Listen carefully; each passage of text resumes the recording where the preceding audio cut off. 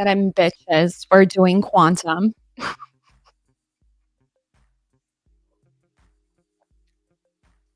I'm early. Don't say it. God damn it. Where are we? I tried to download this video like twice, and I don't know if my inner connection. Slow it down. I don't know if my internet connection is just not keeping up with my consciousness.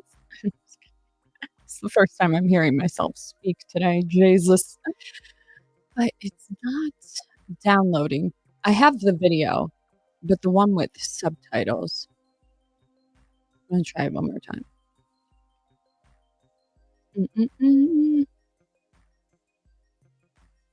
Oh, rendering 83%.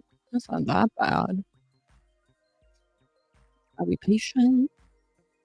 Yeah, we're patient. We're chilling. Where is this? Are we private? We're private. I have a feeling we're private. Lips. Oopsies. I don't even know. It's so quiet here. Oh no, we're good. We're good. Hello. Hello.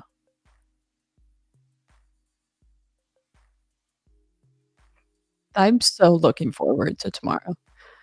I'm so looking forward to it, okay?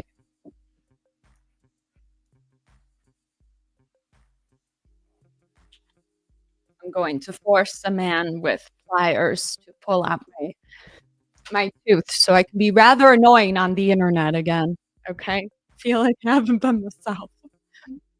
But in positive news, positive terms, I think I had another enlightenment, or I'm losing my mind. I can't decide. Still can't decide. For some reason, this is not popping up in my hand. I was like, "What are you doing with your life, bitch?" "Oh, yeah, saving the world, duh."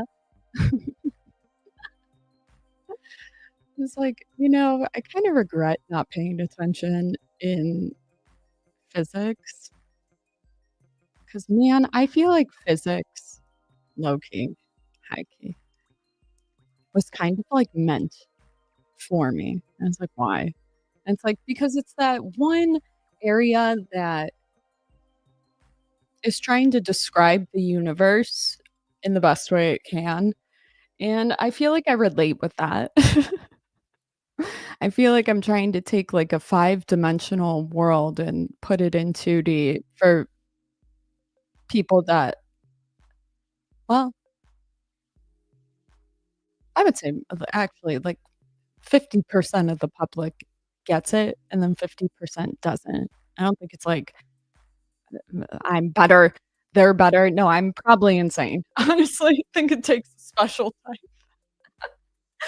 I'm just, like, trying to put into words, is it my feelings? Or is it my thoughts? Or is it both? I'm laughing. I'm not prepared, but so prepared at the same time, you know? It's a different vibe. I feel like I'm not seeing chat. I see it on YouTube, but I'm not seeing it on StreamYard. I apologize. Oh, can I fix that? Ah, see? Now it should work. Hopefully now I can. Probably should, I guess it was private on this part, but not private on YouTube. Whatever, doesn't matter. Oh, now I see y'all popping in like the superposition, baby, just collapsed. Or I'm crazy. Ah! Okay. Merry Christmas, everybody. Happy Hanukkah. Kwanzaa. I turned 30 in a month. Who knew? A fully fledged adult. I was, like, thinking about doing everything I've learned some of those type videos, and then I was like, "Bold of you to assume you've learned anything," you know? Does anybody else feel that way at 40, at 50? How are we doing? Are we still in there? What's life look like there? I honestly think your 20s and 30s are research, and life begins at your 40s, okay? It's like a little facelift from all the stress. Like, God damn it.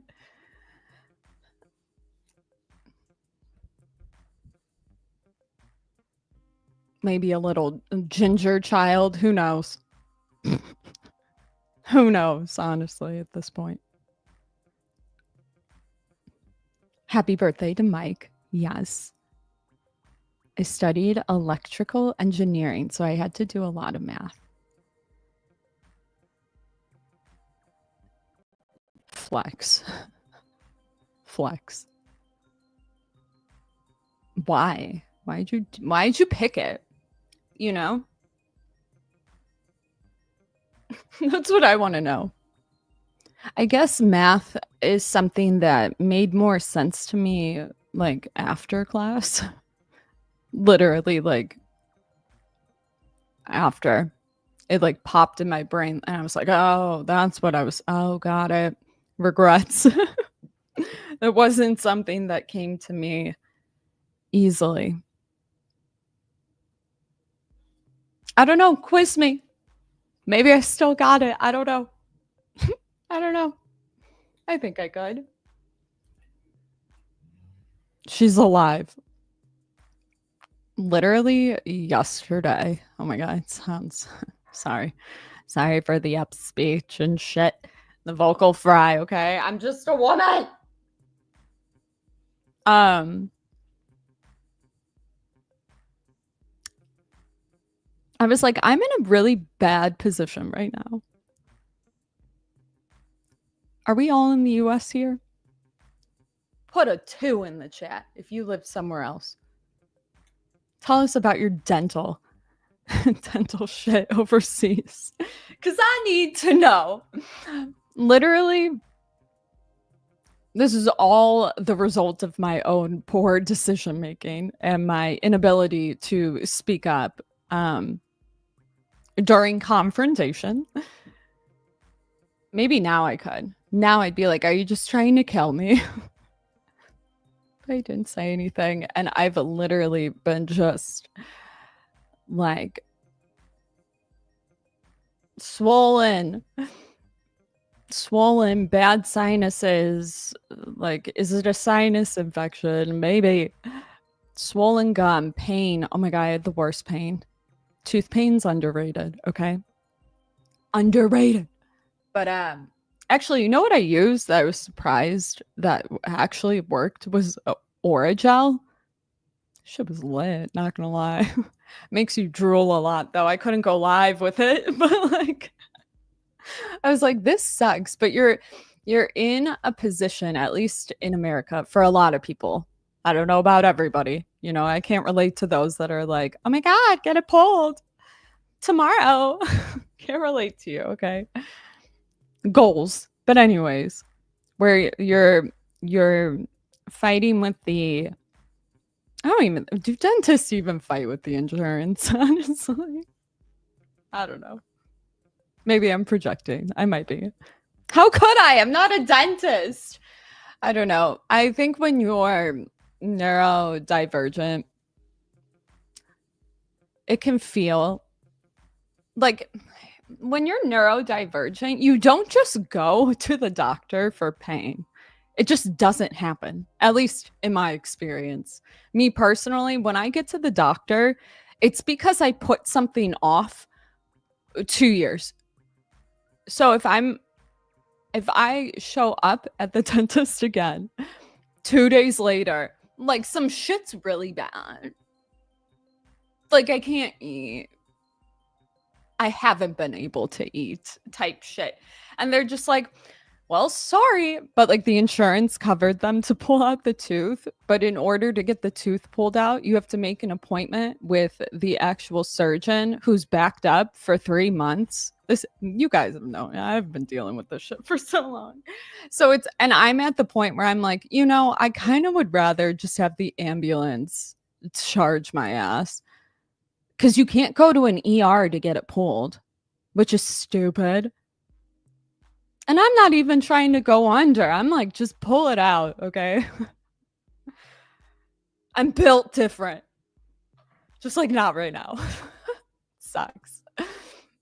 But now that I'm integrated and aware, I'm gonna yell at him. I'm prepared. I've been practicing all week. I feel like you're trying to kill me at this point, okay? You know what happened to the recent guy? Would I go to jail if I said that? I don't condone violence, but like tooth pain is different. I'm just kidding. I'm kidding. I'm dark. Fuck. Thank you for the super chat. Merry Christmas. Love you, Steve. Me just bitch. Put a tea bag on your gums where it hurt. If y'all just knew the shit that I'd been doing. The best is when you go to get a second opinion by the same insurance company, and they're like, yeah, just like,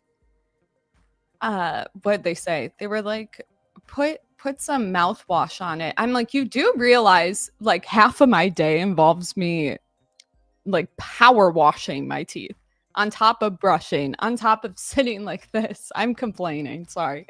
Sitting like this with the fucking mouthwash is just like burning my mouth, just like hoping it'll go that way because I can't gargle. Literally. Like most of my day is spent this way. I'm like, that's probably not normal. It isn't. But I mean, like, it beats going back. I hate going. I don't know. At this point, I just think they're trying to kill me. I'm kidding. They're not. But it's like, maybe they are. Fuck. Like, maybe she's worth more dead. I'm kidding. You need to be careful. That's why you gotta pull the plug for underground dentists. I have friends that finished dental school. I'm ready to be like, sister's husband is I didn't even think to ask him. He was an EMT. I'll just rub some dirt on it and do it my damn self. Wouldn't be the first. Yes, it would. I drink mouthwash to get drunk. That's where I draw the line.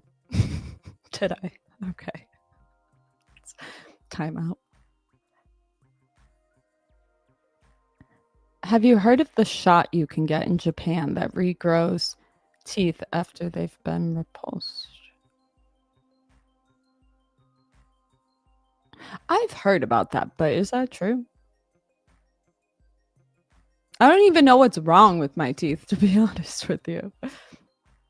It's been unclear. And they were like, yeah, we have to do another 360 x-ray. I was like, okay. They're like, yeah, it's going to cost about like $480. And I was like, why do you guys need another one when I have another referral? They're like, oh, we only do one a year. And I was like, that's your problem. What if we already did it? It's already been confirmed. What, you thought the infection just went back away? God just went, no more. It's a miracle now? What the fuck do you think's going on? Love you. I'm just saying. It's like, oh, we only do it once every 3 years. Then why do you want it again? Do you think it's going away? I've been at the dentist literally like at least once a week for the past 3 months.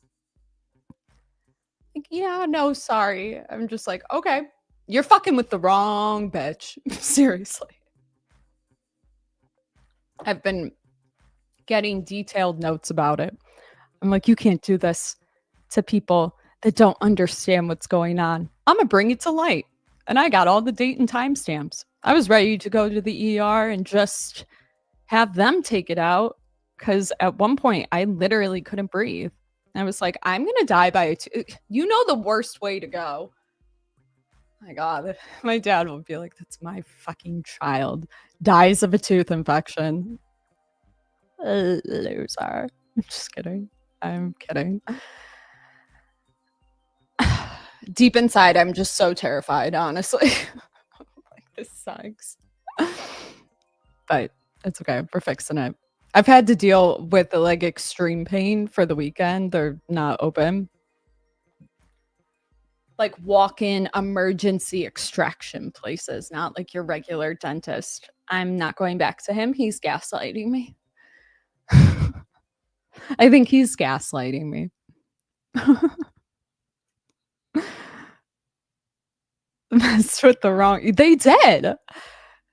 Because, like, here's the thing: is like, I can walk away, no problem. We can fuck with me all day long. You want to fuck with me? Fine, that's cool. But it deeply makes me mad when there's people that have less resources, maybe don't even speak English, dealing with the same type of shit, who are older than me. You know, you add age into it and it significantly can affect you if you have other conditions. And it's like, that's not right. I'ma fuck you up, okay? I don't like when they fuck with the underdog. It irks me. I'm coming. I was like thinking, I was like, maybe I could go to my dentist that my mom used to take us to, who's like privately owned, very well known in Chicago. He's like that guy.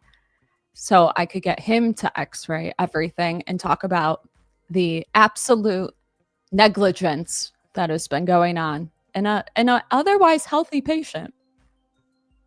A little crazy, but like not really. He knows I'm not going to go. That's okay. It's just, well, if you ever have something with your teeth going on, definitely go, you know?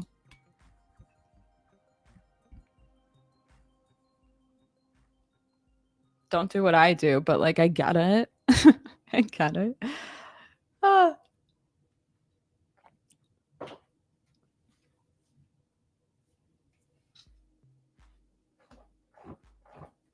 Yeah, babe. You're okay.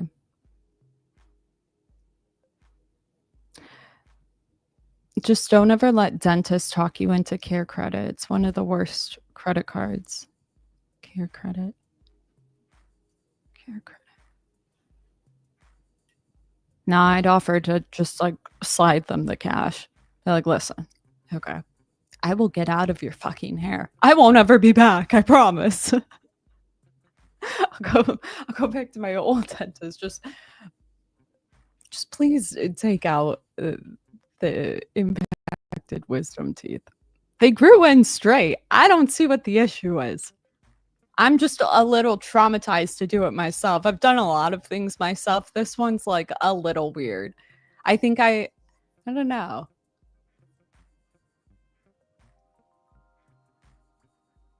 Get like a little tug. Sorry. I would keep it. I wanted to keep the other tooth. You never know when you might need it. You know? You only get one set of teeth.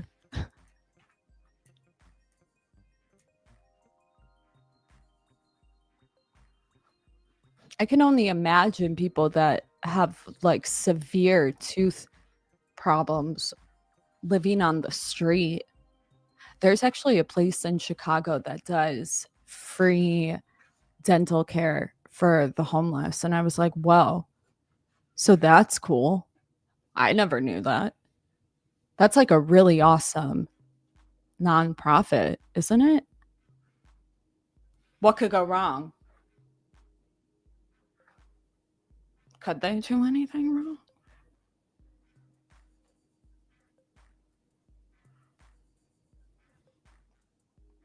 No, I just think it looked like it was like two brothers that just wanted to start that company. I was like, I like that. Okay. They're integrated. We like them. Good men. Speaking of integration. Speaking of. Downloaded.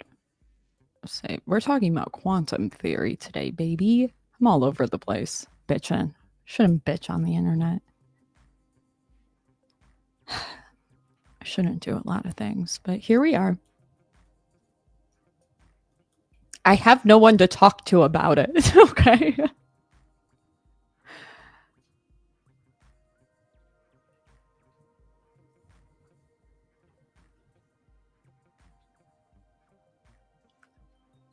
Wait, whoa. I went to a dental RV once. They exist? Yo. Interesting. What'd you need to get done? Not because I was homeless, but it was free. It's legit. That's why you got us bitches to that. Love it. Love you. It's real life shit, baby.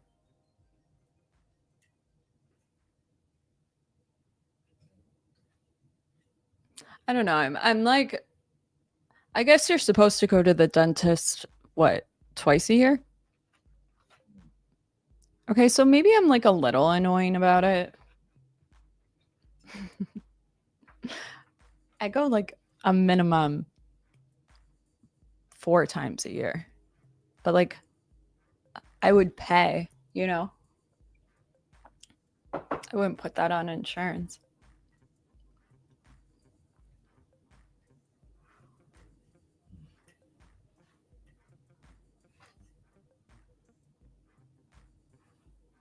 There's a mobile dentist in Minneapolis. That's legit. I feel like,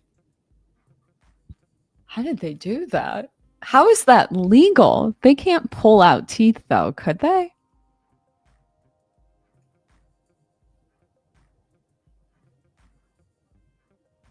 It's not the end of the world if you go once a year.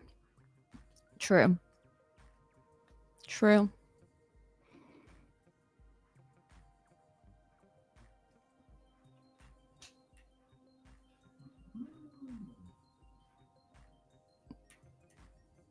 Yeah, if you brush your teeth twice a day and floss, you're Gucci.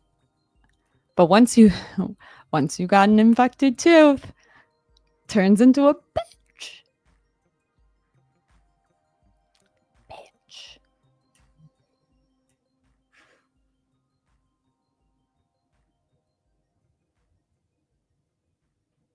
Yeah, right. Go to the dentist like 6 times a year right now, and as far as I can tell, having dental insurance wouldn't change anything much.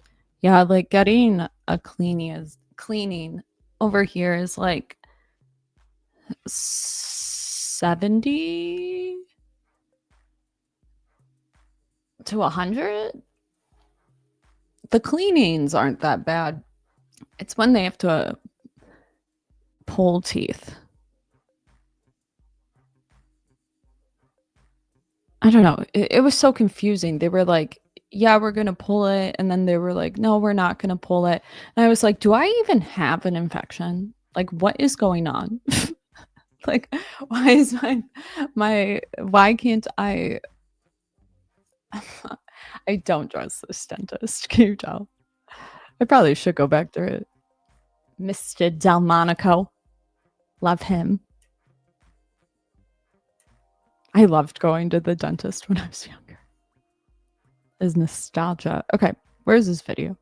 We were talking about black holes because it's my mind this whole week. I am convinced. Okay, strap in, put your loony hats on. We're going. I'm convinced that it's a hot take. A hot take and an evolving take.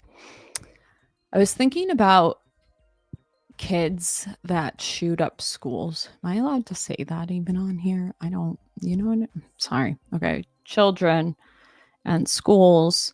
And I was thinking to myself, what would drive a child, teenager, to commit such an act? Hot take on your, oh, Jesus. I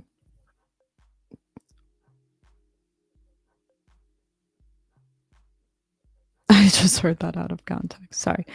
Yeah, we're going all over the place. Welcome. I like to pull from multiple different things in my brain, putting trying to trying to come up with solutions. And uh, something that became a theme this week was this concept of high schoolers and smear campaigns. Because we've been talking a lot about smear campaigns in just regular adult life. And I'm like, how does somebody get to a point where that's how they operate in the adult world? I was like, well, causally, they probably were doing it as a child. Had a bunch of personal aha moments and clarity and whatnot. Those who know. Try not to go too much into it. Yes, Loki. Um, but it got me thinking that these smear campaigns that go on, think like propaganda type stuff, but with like your inner network, if you will, or like your inner circle, your classmates, even, or just your work colleagues. I was going to pull the whole thing with Daily Wire and Brett Cooper, and I still might do that, but not in this video. I was like, how often do you think this is happening? And I just see it in everything. I see it in every conflict, and I'm concerned. I was like, is there like some sort of quantum explanation for this? Now, the reason I say that is because when it comes to, yes, baby, you okay? Yeah, okay. When it comes to particles or whatever, we can see that shit. And I was like, I had like a little moment in my brain, like dark matter, black holes. Why do I feel like somehow this is like a 50% chance of happening? And I was like, hear me out. Let me just like try to spew it out. I was like thinking to myself, the amount of perceptions that would be involved in a smear campaign involving the abuser, okay, the person that starts the campaign, tries to plant seeds of doubt into, I don't know, like 5 other people. And so what do? They attack the character of the person, undermine it wherever they can. We actually can use the Brett Cooper example, for instance. Like, I think that what's her name? Reagan was probably planting seeds of doubt to upper management, even Brett herself, but to other people to make them perceive her in that light. And the thing about perception that I've come to understand and I've talked about on this channel is that when people have a perception, it's really hard to change it. I'm not talking perception like, oh, she looks bitchy and she's actually nice. I'm talking like more evolved than that. Rumors and whatever. It's like it's really hard to change, especially when the person doing it, the abuser that's doing it, it's like second nature. It's the only way they operate. Every person that they talk about is talked about in a smear campaign to other people. It's like constant. And I don't even think that they're aware of it. Some people would say they are. I just think that they're unconsciously doing it, but they know they are, but it's different than knowing it in the way that's like super deliberate. Like I think you can do things deliberately, but not be like they don't know anything else. You know, it's like stunted growth. I'm not saying it's right. I don't think there's a justification for it. But anyways, sorry, let me flow. So I'm like thinking to myself, I was like, if this is happening on a large scale, which it would be impossible to know because of that perception component, and it would be impossible for the victim to know because that's how smear campaign works. It will never get back to you because the people that are orchestrated in it have been confided in some regard. And it's all on ego. It's all on your weaknesses, like whatever. And I'm thinking to myself, can you imagine the smear campaigns going on in high schools? Like, think about that for a moment. Not just like, oh, so and so is insert like derogatory statement. I mean, what people can do now is like AI corn, right? They can take somebody's face, plaster it on somebody else's, and send it around to people claiming it to be the victim. And so I kept hearing things like bullying is really hard to track in schools because oftentimes they can't figure out who the perpetrator is versus the victim. And it makes sense if it's operating on like a smear campaign because they target everybody in that person's circle. And so I'm like, if people can only perceive an individual in like a multitude of ways, a thief, vain, a liar, I'm thinking of like negative ones. What other things have, like a gossiper, unreliable? What else? What could you hear about somebody? A whore. Sorry, excuse my language. I'm just like, if you can get like 5 pretty standard ways to like make somebody look bad, if you will, it's like, now imagine that 5 branching off on all the different people around them. And this doesn't just go to like their classmates. This goes to teachers. It goes to family. It goes to anybody this person has ever interacted with. Shit, even people that don't like them. It's very reinforced. And I was like thinking to myself, I was like, if I would have been aware of that when I was in high school, I would have shot up a school real quick. And myself. And I don't say that lightly, but these are the type of, it's like that dark matter that when you taint somebody's character, and they don't know about it, right? Because that's how they operate. These campaigns operate on that victim never knowing. I was like, if they can never know it to the full extent, let's say time reveals it later. Like a lot of people, they get to their 30s, they realize abuse and bullying in some form, and they can recollect some stuff. But let's like really think about that for a moment. If the victim doesn't know, and perception is only 2D, and you got multiple networks of people, and you spread information faster than that person can defend themselves, right? Because they're not aware of it. People don't want to bring it up to them, whatever. I was like, there's got to be some sort of explanation of that matter. Like that, those thoughts, those feelings, that narrative, not feelings, but something like, you can't operate in this reality, and I'm spewing. It's like that would have to be accounted for on a quantum level. That matter doesn't go away. It exists, but where is it? And so I was like looking into black holes. They were talking about Alice and Bob. If you're familiar with quantum theory at all, you've heard of Alice and Bob. But I got into this thing of that really explained it almost like eerily, whatever.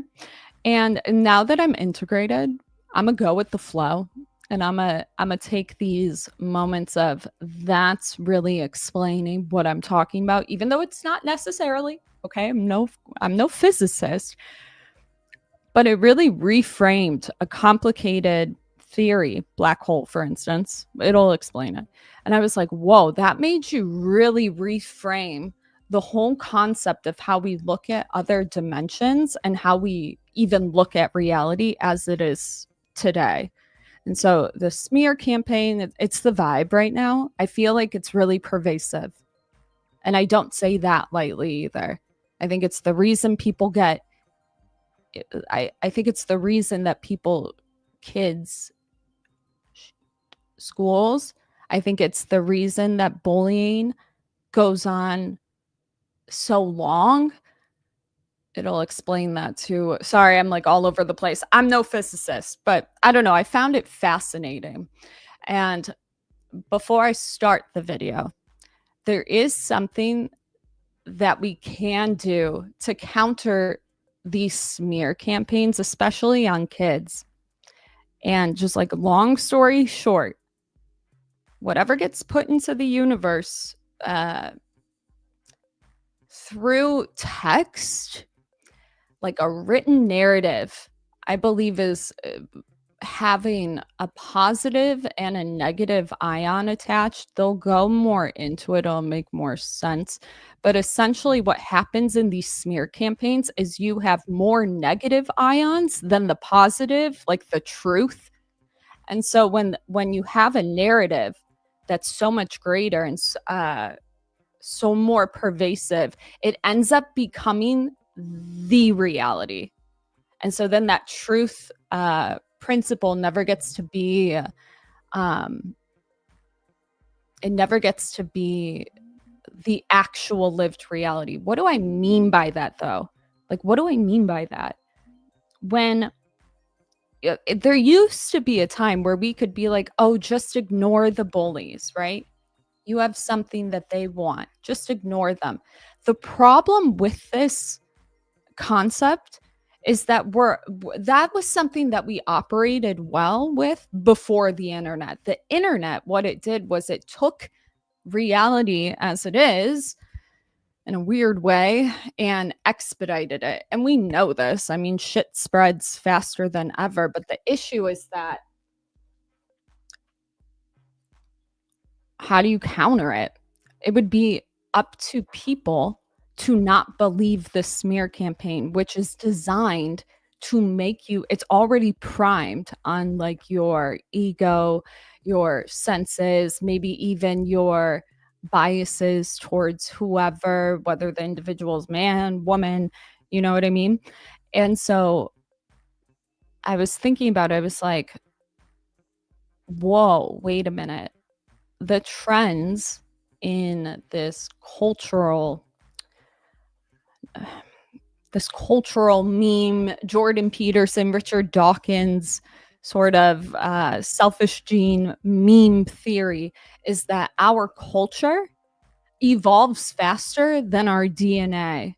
And I was like, wait a minute. I had like another moment of just like, have you guys been paying attention to the trends lately? We listen and we don't judge. Okay, that's like a recent one. And I was like, whoa, that feeds right into this concept of believing like the victim of a smear campaign. Because what will happen is maybe they do pick up on something before they fall down a black hole. More on that later. They pick up on something when they try to tell somebody about it, they don't believe them. And so the whole thing with Luigi ties into this, ties into politics, why one side is almost like primed to not believe anything from the other side. It's all coming down on this sort of ego shifting blame. It's like it goes into free will and a whole other things, but I'm not going to go that. I feel like I've already tried to attach like 4 different things that are way too complicated. The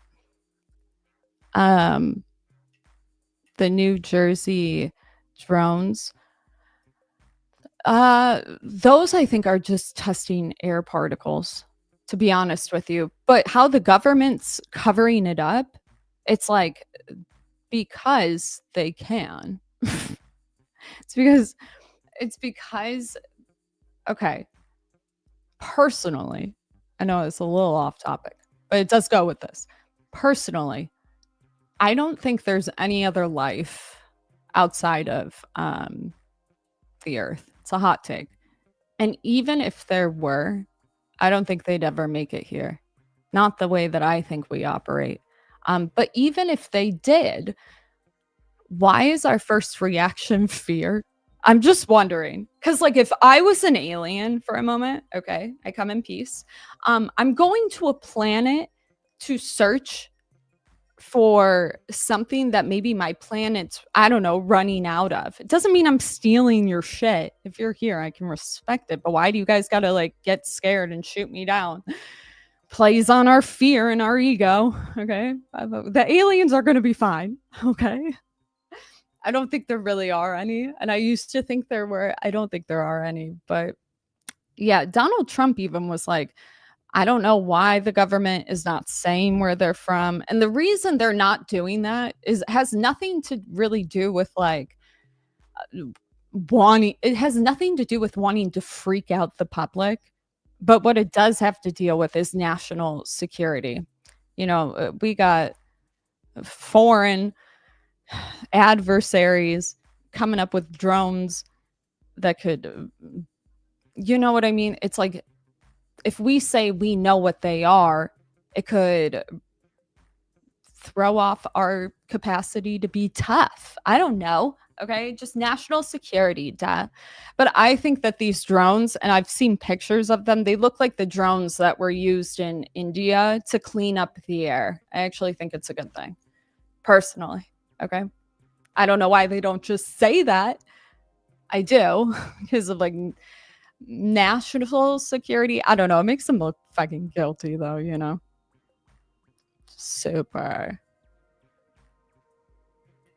I'm hoping they're just doing a radiation sniffing drill.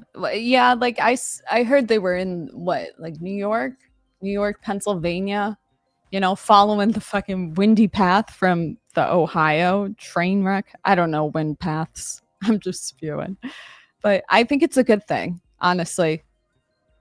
The quad drone looks like the one that I saw in the news for cleaning up India like a couple months ago. Looks the same, which is awesome. Seriously, it can go and keep track of like the air levels and stuff. It's like most people would be like, oh, okay, for sure. But no, we're going to be weird about it, Drones are here to spy. I think we're pretty predictable, to be honest with you. Not off the table, though, for sure. But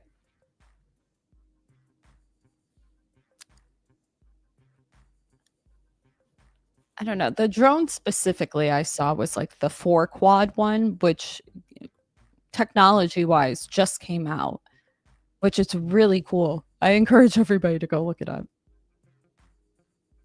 But I don't really think there's anything to be afraid of, honestly. If we can get through a pandemic, a couple of drones, okay. What I don't like was the guy months ago that a drone came up to his property. He shot it. Now he's he was the most unserious arrest I've ever seen. But he shot it down and the cops came like, "Did you shoot down this drone that was here?" And he's like, "Yes. It's on my property." I was like, I would probably do the same shit. But I guess you're not allowed to operate like a gun in a neighborhood. I don't know, y'all.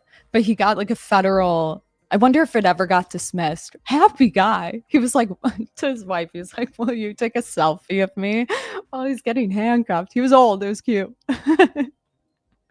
But that's what I'm worried about is I don't know if people are aware that if you shoot drones, they're pretty much owned by the government. Be careful. Or they're not owned by the government, but private. Just be careful, okay? It could be a federal offense.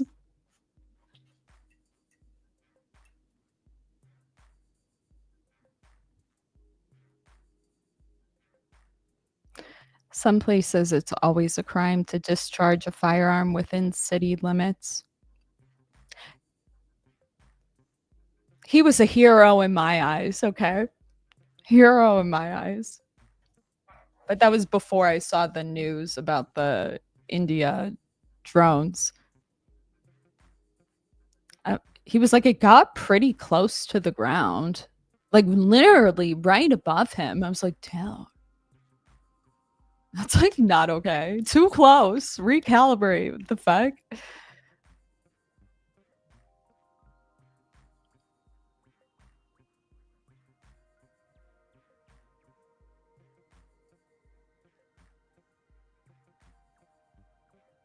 Okay, here's my quantum physics vid.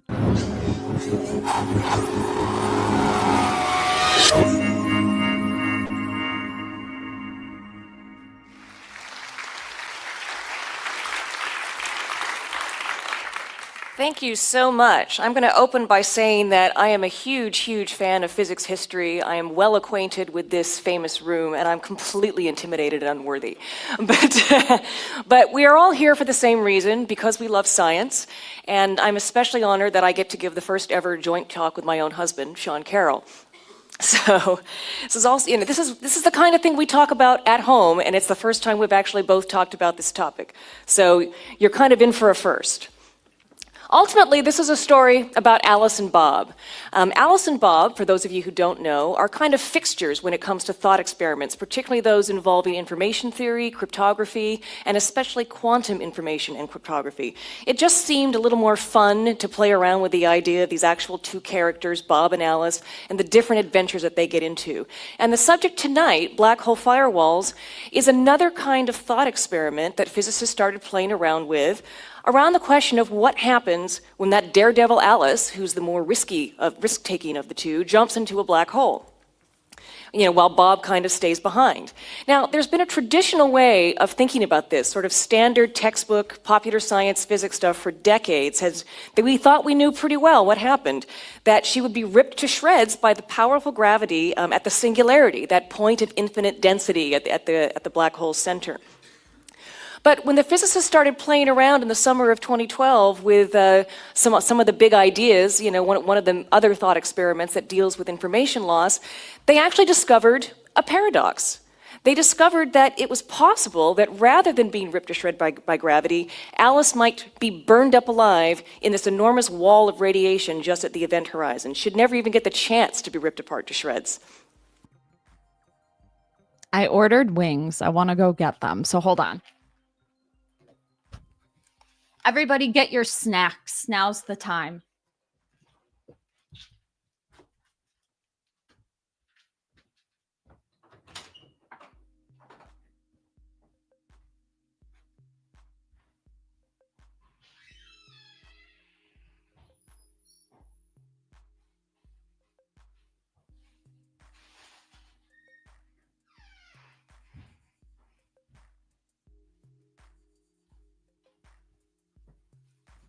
No.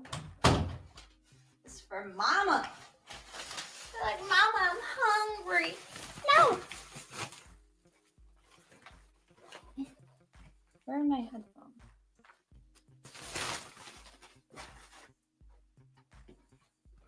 Mama, I'm hungry. I do the best Dalmatian hungry voice, the cartoon. But Mama, you're fine. Here we go. And so this talk is about that. And we're going to start off easy and slow, but it's going to get kind of mind-bending towards the end. The good news is you have Sean Carroll doing the really mind-bending stuff, and he's a tremendous communicator. So a paradox, for those of you who want a definition. A statement that apparently contradicts itself and yet might be true. In physics, they're quite commonly used. It's maybe not that specific definition. It's more that they're revealed by thought experiments, and they're used to illuminate certain counterintuitive truths, to reveal flaws in the assumptions or in the logic behind some of the reasoning in physics. So there's a long tradition of this. It goes all the way back to Zeno's paradoxes, including Achilles and the tortoise, how the fleet Achilles, can give the tortoise a head start, and although the Achilles can run so much faster, he never quite catches up. It became a foundation of calculus, figuring out what the limit was in calculus. Maxwell's demon was used to, illuminate thoughts on entropy and thermodynamics.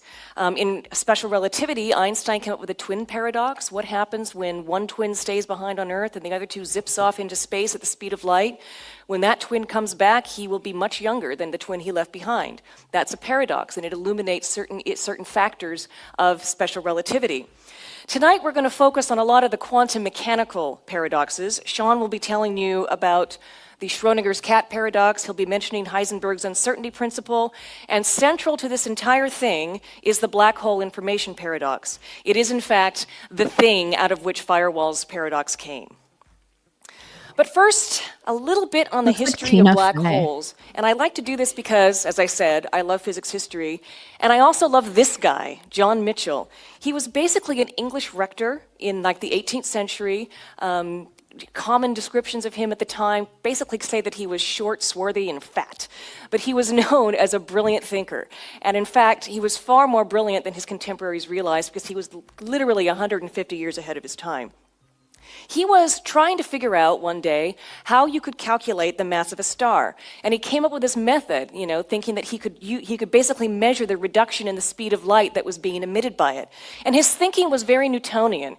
Remember, at this point in time, the debate over whether light was a particle or wave was still going on. And Guys, a bunch of physicists are a bunch of pedantic nerds. Love them. Love you. But you gotta, I feel like in all of these sort of lectures, whatever you call these, it's like they have to detail that they understand the differences. Because what us regular people like to do is we like to say, this goes here, even though it doesn't. And so with language, the problem with language is when you're trying to describe these theoretical concepts confidently, what ends up happening is you end up saying it like it's an absolute truth, which the theories, like, yeah, they're grounded by facts, honestly, but like people get really, like, you think I'm annoying? Oh my God. I get really weird. Like, they have to define it first. They must state their position. Like, think of me on steroids. Just like, I think it's so funny how somebody that is well versed in quantum theory has a tendency to overlap general relative, and it's like, shut up, Nancy. Like, calm down. Okay. But I've been like watching a bunch of these, and I've noticed they follow the same thing. It's like, you gotta hash out that you know the different things. Otherwise, somebody in the comments, I support it, I love the dialogue. It's just, they're just gonna hash through some shit, okay? She's got a nice voice, though. Not the worst. very much ascribed to Newton's notion that light was a particle, or a corpuscle, as I think Newton called them. So he thought that gravity would slow down the light, and he could basically measure how much the light was slowing down, and he could use that to calculate the mass through a series of calculations. But he also had another insight. When he actually started doing the math, he realized that at some point gravity would become so strong that the escape velocity would exceed the speed of light. The escape velocity is what happens, say, when you fire a cannon. And it was a famous thought experiment by Newton to describe gravity, how objects orbit. They're basically in free fall. If you escape the Earth's atmosphere and you go into near-Earth orbit, an object, the space station satellites, are just constantly in free fall around the Earth. But you need to be able to get beyond that. You need to be able to escape that part. So what happens if light can't escape? Then we wouldn't even be able to see the star. So he called it a dark star. And he also had another key insight. He thought, well, maybe you couldn't see it directly, but, well, it might have like a twin star near it that was bright. And you could look at that star and kind of figure out that there was a dark star next to it. Now, he was actually wrong about how to calculate the mass of a star, because as we now know, the speed of light is constant. That's thanks to Einstein. So there's no way you could have used that to calculate the mass of the star. But he was absolutely right about dark stars. Now, unfortunately, he died in complete obscurity. Nobody took him seriously. They thought he was crazy. This was so ahead of anything anyone had ever thought about that they thought there was no way it could possibly be right. He was That's not the us. only one, however. Pierre-Simon Laplace actually came to a similar conclusion a few years later, and he talked about it in his book, Exposition du système du monde, where he basically concluded it is possible that the greatest luminous bodies in the universe are on this account invisible. And again, he also was right. So it would basically take another 100 years or over 100 years before we finally had Albert Einstein re-envisioning space-time. In Newtonian days, remember, they kind of thought of space as a sort of three-dimensional or, sort of Euclidean geometry space, and it was static, it didn't move. Einstein kind of re-envisioned it. There were 3 dimensions of space and the 4th of time, and they kind of combined to do space-time, and it became dynamic. It could twist and warp, and the things that did the warping and twisting were the massive objects in space. And that is where gravity comes from. Gravity is less a force and more, say, objects in light following the curvature of space. It was revolutionary. I don't think... Do you guys know that? I know it's a movie. It's my favorite movie. But you know that moment in Interstellar where Cooper, Dad Cooper, are they both Cooper? I don't know. Dad is, you know where he's at. He's in that like wall, all the books, the dimensions, trying to communicate to, maybe Cooper is the name of the daughter, trying to communicate to her the particles in the air. They were like almost like sand falling, doing weird shit. He went back in time, even though he is already on another planet, I think forward in time. So he went back in time in the dimension, trying to speak to her intuitive sense. It was all about intuitive truth, which is really powerful too. I don't know if people necessarily caught on to that, but that is an intuitive truth. How she figured it out. She followed the signs. The very real signs, right? And then how she hacked what was it? The thing with the watch? I don't know. I had a moment like that the other day, y'all. I swear to God. I was in a black hole. I'm convinced. I don't know. I feel like I've never really, I don't know. I feel like humans view time not as linear as they think they do. I think we've been indoctrinated to believe this. But I don't know, when you listen to people talk about experiences at all, there's a lot of back and forth and a lot of going back to childhood and the present time. And I don't know, I think it's a lot more dynamic than we give it credit for. But you want to keep it linear in order to not sound nuts. But I don't know. I think we're all connected. We're all one. Okay. We're all leaves of the same plant. We flow. I need to tell any of you that. It changed everything. And among the lives it changed was a physicist named Carl Schwarzschild. He was, at the age of 40, he enlisted to fight in World War I, even though he was much older than some of the men out there. And it was, as you might imagine, a dreadful time in the trenches, dodging bullets and, bombs and bayonets and the whole bit. And one of the ways that he escaped the horror of the war was to do physics. And he came upon Einstein's theory of general relativity. A general theory of relativity.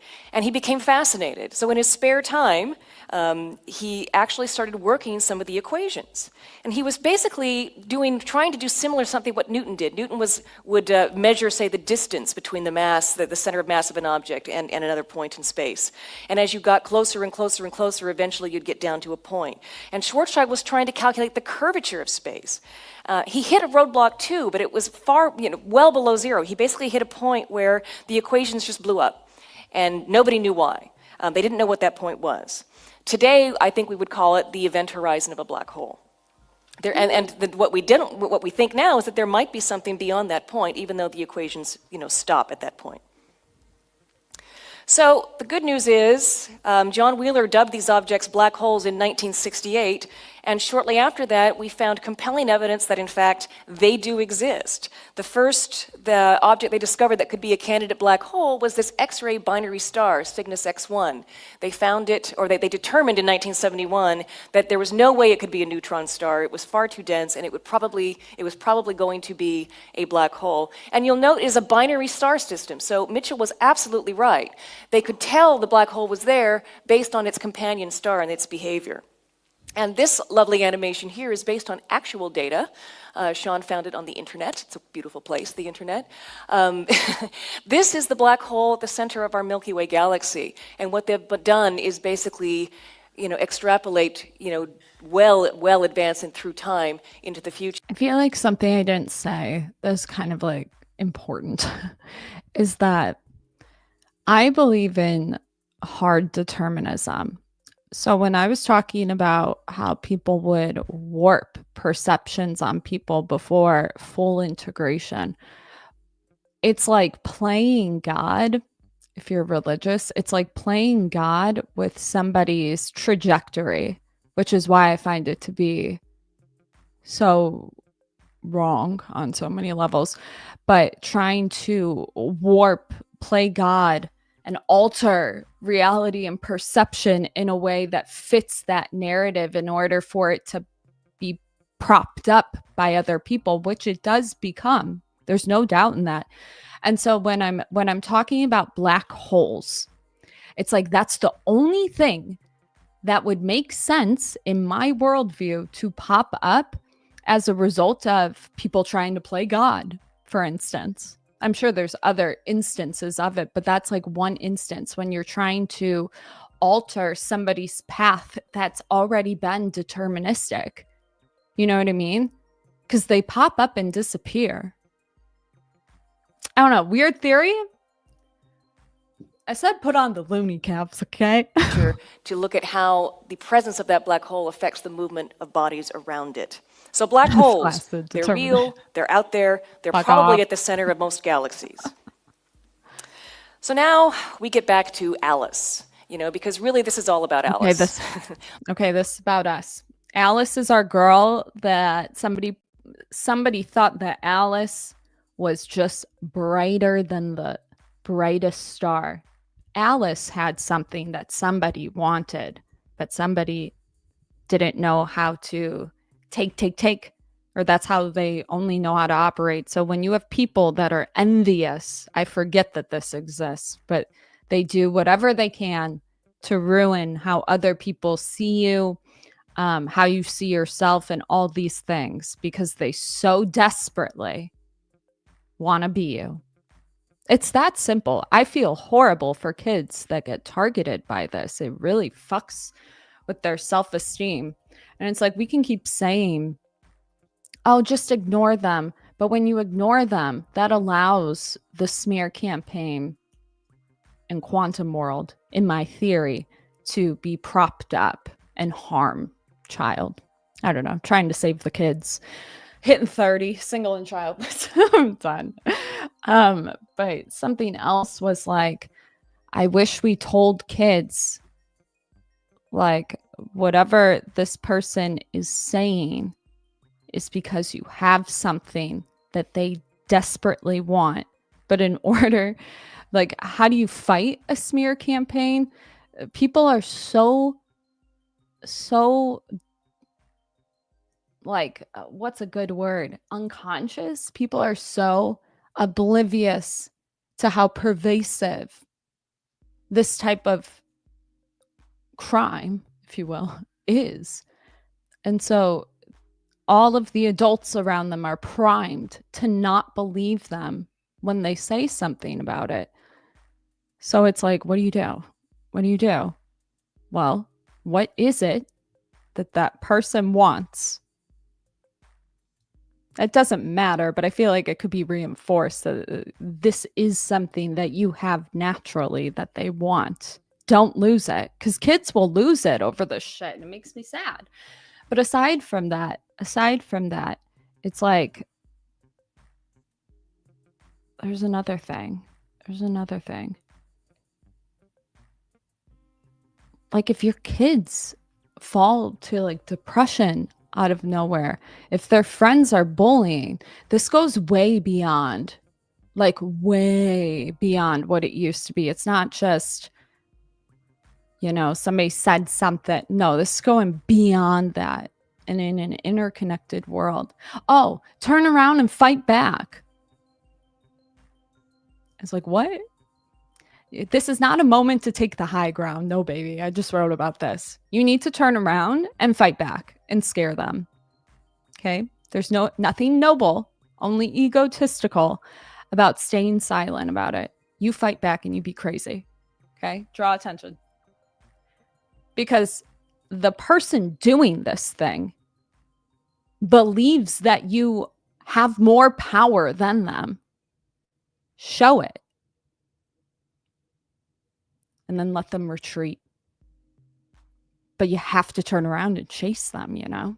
Otherwise, we fall into a black hole of smear campaigns, of free Luigi. I'm just being nuts. Bob is kind of a, smaller player on the side there. So black holes have some very interesting properties, and we know that they basically, have immense gravity. But what happens when she crosses the event horizon? The event horizon is what Schwarzschild unknowingly discovered. It's basically the point of no return. Once you cross that point. Thank you, Sandwich. This is what I've been trying to show. I think it's literally the root of like all conflict. He says, yesterday I was in my car in the parking lot at a store by my house, and I was thinking about how envy and jealousy really just equates in a lot of ways to a hatred of your creator. That too. I think it's because the people that operate on this level are doing it unconsciously. A lot of people would disagree with me on that. But I think when people are operating on a mode of survival, because that's what it is, on a really fucked up level, it's survival. But they just don't know how to tether their power. I don't know what you would call that. Yield their power. They take it. They try to take it. And if they can't take it, they'll just fuck with how people see you. And I used to think that truth will set you free type shit. It's like, not really. No, you got to fight back first. Okay. I condone it. And I am all peace, love, and no war. So if I say turn around and chase them back, I mean it. You don't even have to fight them, but you confront them. And it's like, can you take revenge? I wouldn't operate there. See, that's where I'm like, I don't think revenge or retaliation is anything you should dabble in. For all you know, it could create another black hole you get stuck in. And for all we know, the people operating on this unconscious are never going to get integrated because of all the black hole. You know what I mean? Just don't fuck with the universe like that. Do the good thing. But standing up for yourself is a noble thing. It's like, don't be quiet about it. Be annoying. Be loud. Seriously. If everybody thinks you're nuts at this point, might as well fucking do more to it. At least it's in your control, right? I love you. You're done. You're not getting back. No light can escape. No information or anything can get out of that. So Alice doesn't know it because she's not going to notice anything unusual as she crosses it, but she's pretty much doomed at that point. She just might not know it for a bit. Why is she doomed? Well, it's something that physicists like to call no drama, and it's based on Einstein's equivalence principle, this notion that gravity and acceleration are essentially the same thing. And what that means is an object in free fall, and Alice is in free fall, does not feel the effects of gravity. So she's not going to notice any extreme effect. She's just going to be I didn't. floating along, kind of thinking space is the same as it's always been. I got really depressed and I could not get out of bed. I felt like there was a weight just collapsed onto me out of fucking nowhere. I was in a black hole for sure. For sure. It's like everything was operating like I had no idea. Until. But first, that's from her perspective. Remember that we're talking about. I look at it now and I'm like, wow. All these times I've self-loathed, and really I had something that people would just go to great lengths for. You know, maybe if you acted right, you could get a little piece of this. Show you how I do it, baby. I just imagine all of the kids that are just like I was a spunky ass kid. I was feisty. And then like one day they're not. Boys, girls, doesn't matter. They're just like not themselves. It makes me sad. I don't know. I think this smear campaign shit has to be passed down. I don't know. And partly DNA. They could show a greedy baby at 6 months. Okay. That thing was designed to be egocentric in a bad way. If kids were to get like integrated, self-actualized before this type of behavior, they would be able to recognize this shit, no doubt. But it's like you take their innocence and then you also fuck them up before they get a chance to do that. And it's hopefully, you know, they find the light sooner rather than later. What happens when you're not integrated? Addictions, depression, not always, but like, I don't like to say that because then it doesn't sound like there's a sense of urgency, you know? I feel like one of the biggest issues on a societal level is that I feel like we are disrupting that integration process deeply. People are not getting married at younger years, and from like a regular perspective, it's like, well, the housing, people aren't getting jobs and blah blah blah. And it's like, I think something deeper is going on, and I might sound crazy, but it takes a lot for me to get on camera and like say shit like that, you know? I know it might seem like I'm a little silly, but no, like I feel it deeply. And y'all were calling me crazy for the projection shit. Now you're like, now I get it. Okay. Can you just trust me, bro? Can I get a little bit of that? I'm just kidding. You know, always be skeptical with everything that you listen to. But I feel like it's so easy to not pay attention to shit like this. I don't know. If I had kids, I'm not putting them in public school with this information. Not to make you scared if your child is in public school, right? But if you ever hear something about somebody's child, be so serious. It's probably not true. A little Nicholas over on that block heard he's dabbling in drugs. It's probably his best friend doing it, honestly. He's probably jealous of him. It's happening to boys too. I know it sounds like catty shit with girls, but I'd say it's probably worse with boys. And I say worse because girls, it's like, at least back when I was in school, it was like the girls would talk all the time, gossip with the boys. But when it came to like conflict with boys, the only reason why I had insight into it was because I had a brother. Otherwise, I'd have no recollection. Okay, no offense. Now I do. Now I'm trying. I don't know. Just imagine sabotaging sports opportunities. I mean, it's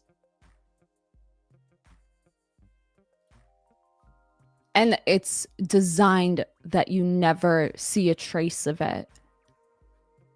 And so the thing that kind of alerted me to this video I'm making, why I fell down this thing, was because of the recent shooting in Wisconsin. Something about it just didn't sit right with me.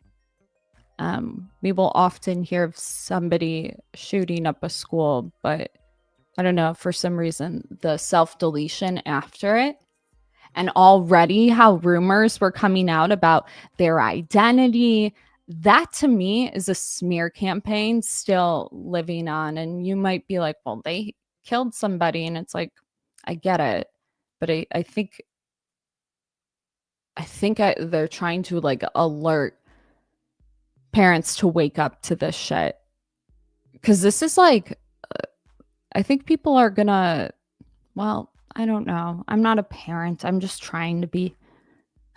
I care, okay? I want to fuck some.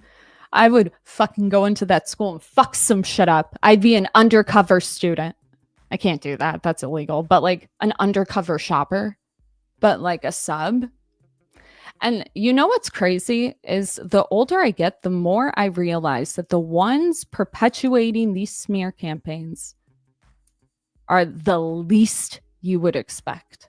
Take what you will with that knowledge, okay? Take what you will.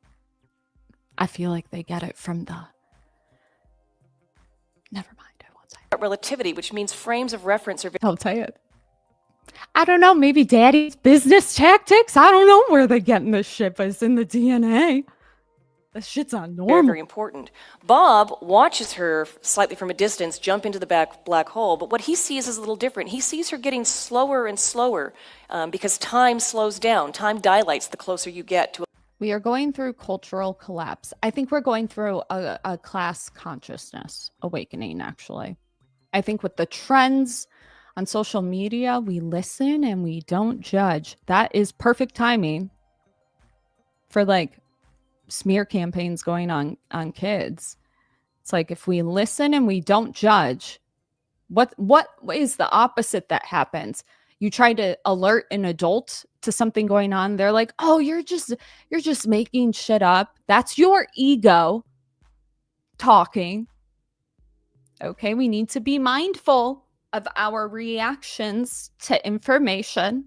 Okay, adults aren't perfect, but if your child has been alerting you to some things and your automatic reaction is you're just being dramatic, somebody had primed other people around you to come to that conclusion. Wake up. It's a very dynamic, interconnected network of smearing to the point where you are primed to not believe them. So I'm just telling you, we listen and we don't judge, okay? Just trying to make sense of this lovely world, okay? I love all of you. We're flowing. A black hole because of the extreme effects of gravity. So as she approaches the event horizon, she will seem to be moving slower and slower, and right at the edge, she's just going to seem to be frozen in space to him. And that's where time ends for him, as far as Alice is concerned, and he doesn't really know what happens beyond that point. For Alice, it's bad news, because there's an evil singularity lurking there at the center. She drifts along, and she drifts along, she's in free fall, and after a while, she starts to notice kind of an uncomfortable tugging, you know, that she's being stretched. And that's because she's falling feet first towards the singularity. At this point, there's really only one way she can go, and it's towards her doom, towards the singularity. It's just sort of like that's the only way she can travel. And so the gravity on her feet becomes stronger and stronger, and it becomes much, much stronger than the gravity on her head. So it keeps pulling, and she gets longer and longer until she's basically, I think Kip Thorne called it being spaghettified. And finally, when she gets close enough to the singularity, she's just ripped to shreds. And there's nothing left of poor Alice. And again, poor Bob never knows the horror that awaited, his partner. Of course, this is not the end of the story. This is the classical view of a black hole according to Einstein's relativity. Things get really complicated with quantum mechanics, and quantum mechanics actually is relevant here because there's two different rule books for different size scales when it comes to physics. General relativity governs like the macro scale, the very large, the movement of the planets, things like that, everyday physics. Quantum mechanics governs the world of subatomic particles and the very small. Those of you who are familiar with the discovery of the Higgs boson will know that that was the last piece in what's known as the standard model of particle physics. So that model is now complete, except for one bit. That model does not include gravity. Gravity and quantum mechanics just don't play well together, and physicists have yet to devise a quantum theory of gravity that works.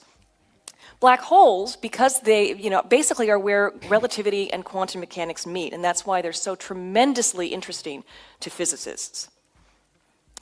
So surprise, this is something that we find out when we start applying quantum mechanics to black holes. Stephen Hawking, playing around with this in the 1970s, came up with the idea of Hawking radiation. Wait. Angle of Elevation says the government says bullying is bad, except they use it more than anyone. Literally. Literally. I feel like cyberbullying. The word bullying just doesn't hit it for me. Like when I think of bullying, I think of like traditional slamming up against lockers, but but like this, I feel like the cyberbullying is smear campaign and reputation destruction beyond anything we can comprehend, guys. Like I say that, I'm sure we can, but like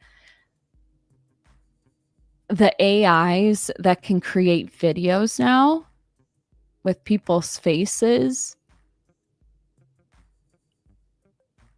sending it to like colleges so they can't get into admission. I mean, it goes deep, guys. Fucking fell down a rabbit hole. A fucking rabbit hole. Everything you thought somebody wouldn't do, they did. They did. Following these people on cyber networks for years after they graduate. That's sick in the head.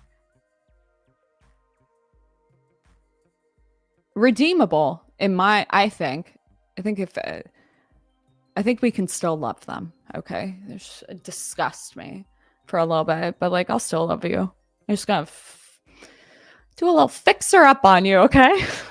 You scare me. Not scare me, but it's like if a parent could just hug their child, that'd be great. Okay. Because your inability to have emotional connection with your child is one factor for why they behave this way. I'm not blaming it solely on the parents, but man. My God, just hold the child.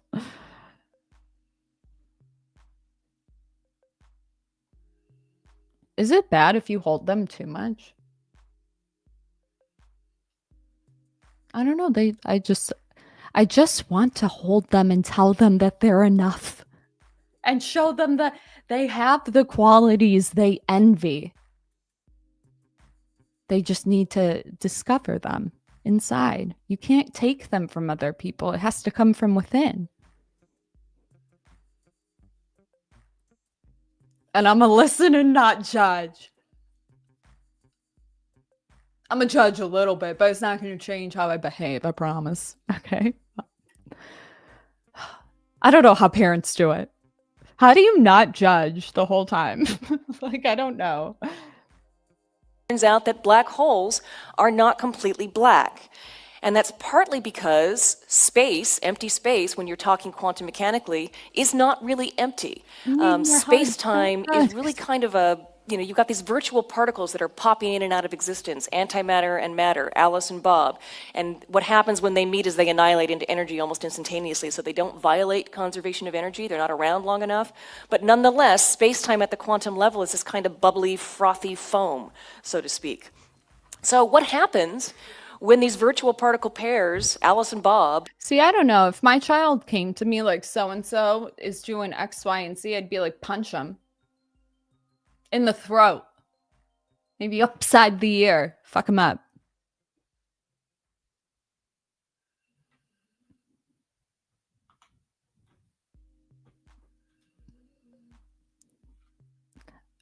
Is it bad in all situations?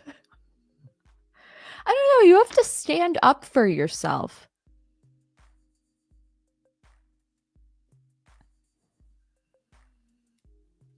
I don't know. It's going to be my egg, Thing's going to do what it wants to do, at the end of the day. I did that without the knowledge. Took a stick. And then I cried. I went over there and apologized and said sorry. I was sorry. But then I went to my mom. Good. Psycho bitch. Love her. Because I was like, not like that. Okay, you were gaslighting me. Why do you think I hate it? That's where it started. Okay, I was 5. We were outside. It's not funny, but it's like, don't tell lies. I wonder if she or he. I wonder what it was about. I don't remember what it was about.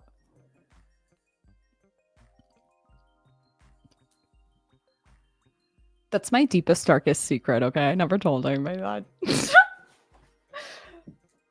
I was like a rambunctious, very likable child, but this was a moment in time where my patience were tested.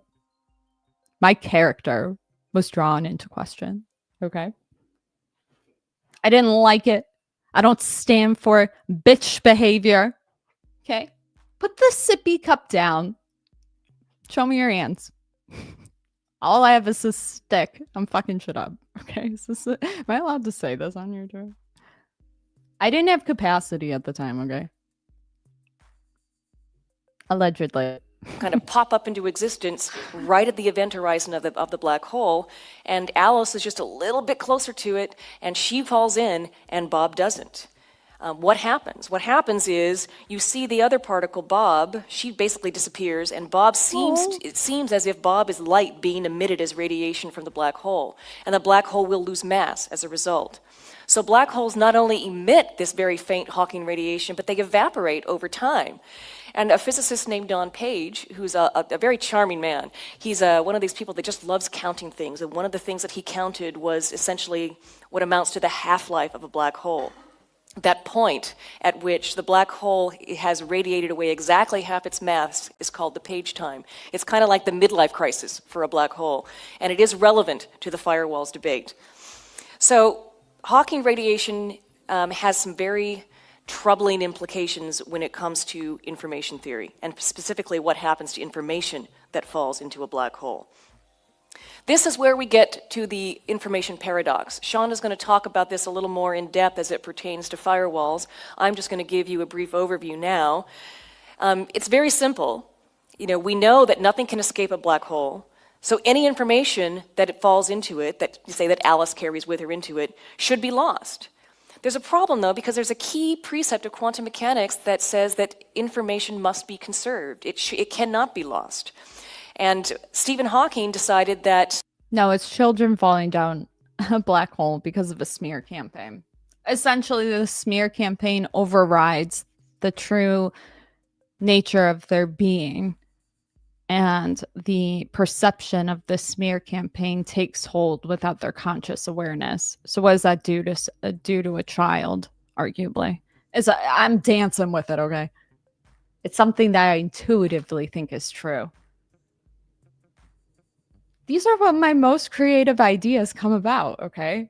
I'm forcing you all to listen to quantum theory. Is it boring? Maybe we're not ready for it. Maybe I'm not ready for it. Midlife crisis for the... Yeah, I kept stopping it. I didn't get my thoughts together that clear. Now I will, because I said it out loud. Torshaa, that lady is you in 20 years. I feel like I'm going to be worse. I'm going to be like that lady that goes on college campuses like, 1 margarita? No, I'm just kidding. Oh, God. She's iconic. Say what you will, but she is bold, iconic, and says what she believes. Whether it's from experience, okay? I don't know. I support it. Wow, it's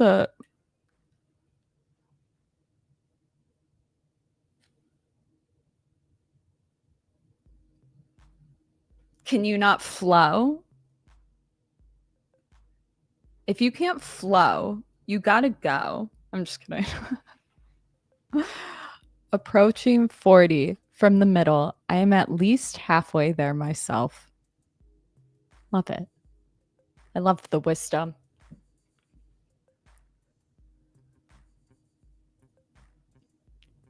Torshaa definitely going, what, Mom?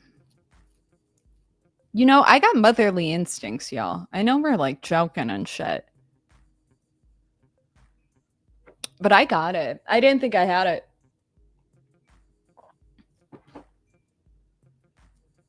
How do you balance not being neurotic and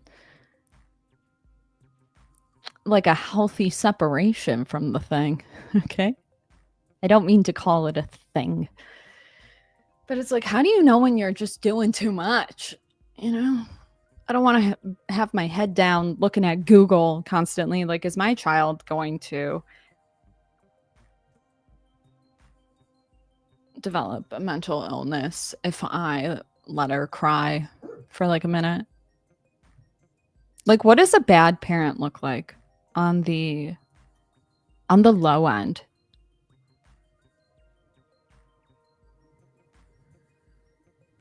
I don't know. I think about those mothers that were so exhausted that locked their children in the car before there were like alerts and shit. There's not much different for me than them. You know, that would be my biggest fear.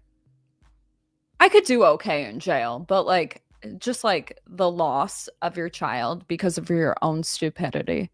Like what else is that?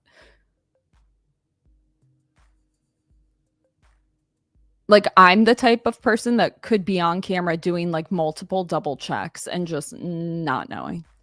And it sounds bizarre. But time doesn't exist for me if you haven't figured that out. But not saying it is a justification. Throw me in jail. I don't think I would.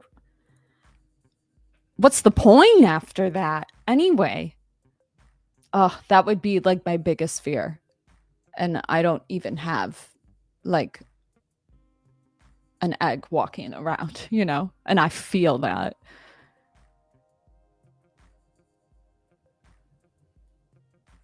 Someone who gets angry at the drop of a hat is not good. Yeah, nothing really surprises me anymore. We listen and we don't judge. Okay. Yeah, my mom used to have like bursts of angriness, but I knew that she had a condition. Okay. She always apologized, but still. I was like, you're psycho. I love her. I fortunately had like almost like a second mother literally right next door who was a child psychologist. So anytime my mom did weird shit, it was like explained to me really well. I think I did fine. I think.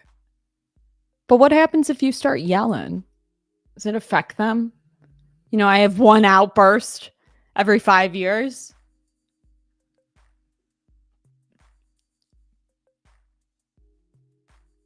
I don't know. I don't know how people have kids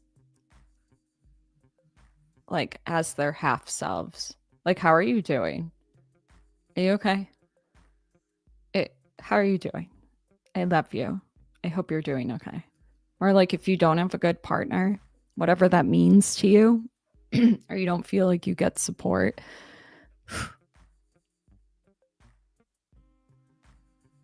That sucks.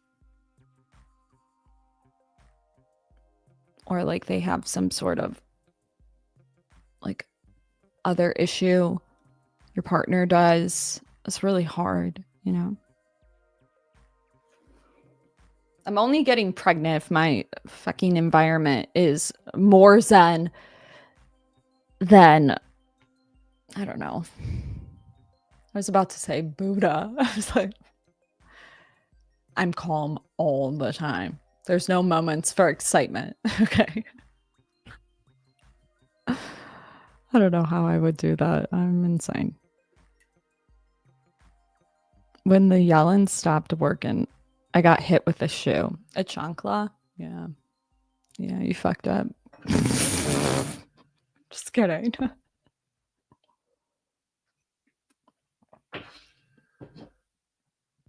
The most I throw is water. Cheers. I'm just kidding. I feel like that's not good. If somebody's throwing a shoe at you, throw one back. Equal opportunity.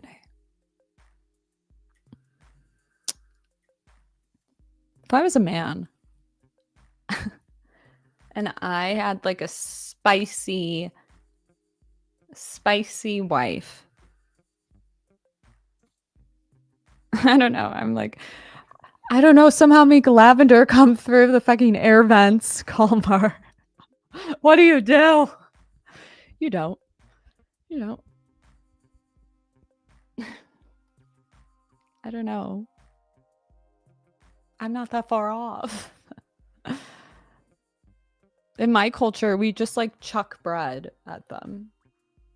Like, fungulai. That's the cazzo. And they just take it. I'm not saying it's right. But I was set up good.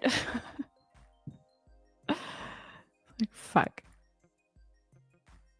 I feel like I'm more of a danger to myself at that point. Just like, throw me away. Throw me away.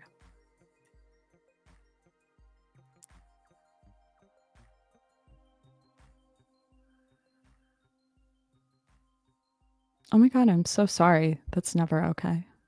It's fucked up. It's fucked up.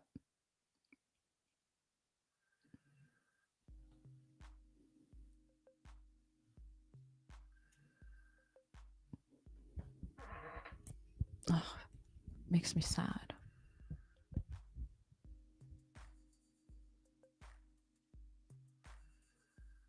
It's like my mom's scary face was, whew, enough for me. That bitch was fucking devil emoji, okay? That shit scared me. Still haunts me in my dreams.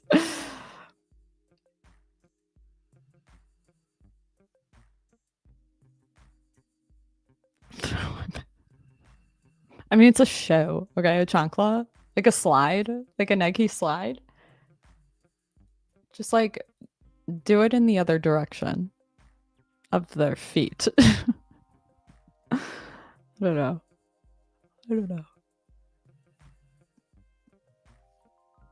I don't know. I would start crying.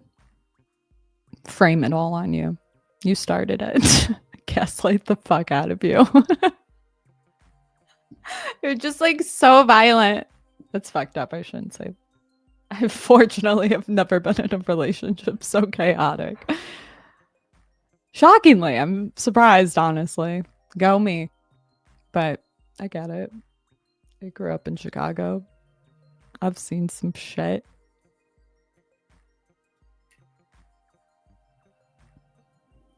A slipper. Yeah, like if you bitch about a slipper, you're just weak. Sorry.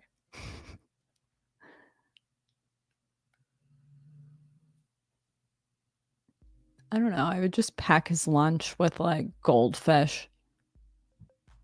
Pretend it's fish tacos with like a post-it note on top of it. So he gets to work and opens it and it's like, ah. That's for you being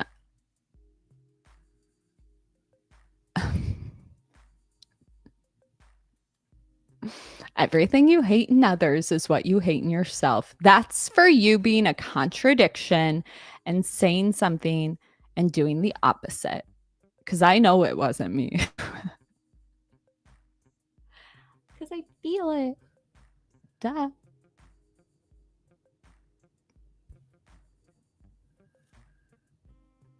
We're insane. We're insane.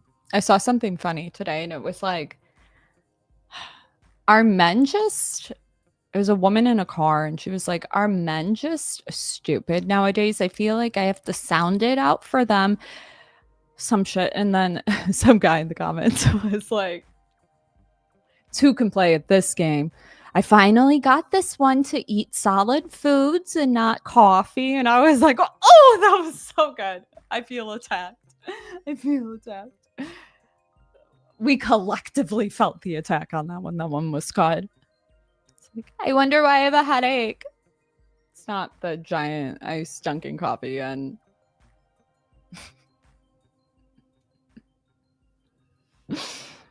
It can't be.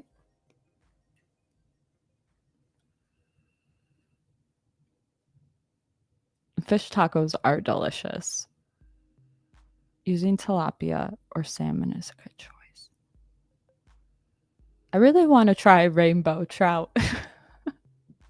Oh, there was a funny video on TikTok, and it was like this girl, this couple. It was the do my makeup challenge, do my makeup crazy for my boyfriend challenge. And she had one white eyelid, one red eyelid, really thick lip liner. And she was casually in the front seat, and he gets in. And they were talking about where they were gonna go eat, and she was just like nonchalant.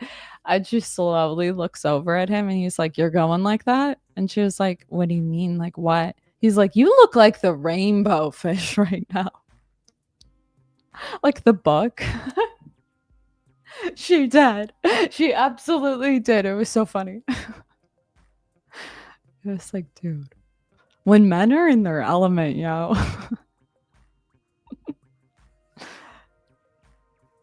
Oh, really? God damn it. Torshaa, who do you think is about to buy TikTok? They're forced to sell. Can we talk about that actually? Can we talk about that?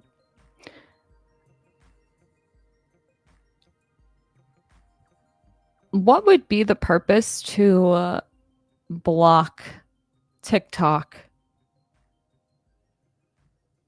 in the US? Before, or when we first heard about it, it was like, oh, it was a Chinese app to spy. I don't think that's true. Might be on some level, but trying to manipulate the type of content Americans watch. No, I think we're just stupid, and the algorithm caters to it. Not all the time, but what other reasons? Bad for the mind? See, the thing about TikTok is it's the only app, in my opinion, that showcases real-time news, whatever that means to you, election, drama, whether it's accurate or not necessarily, but anything news without that legacy media initially. You know, you can always kind of figure out who's bought later, but like that initial, what falls into the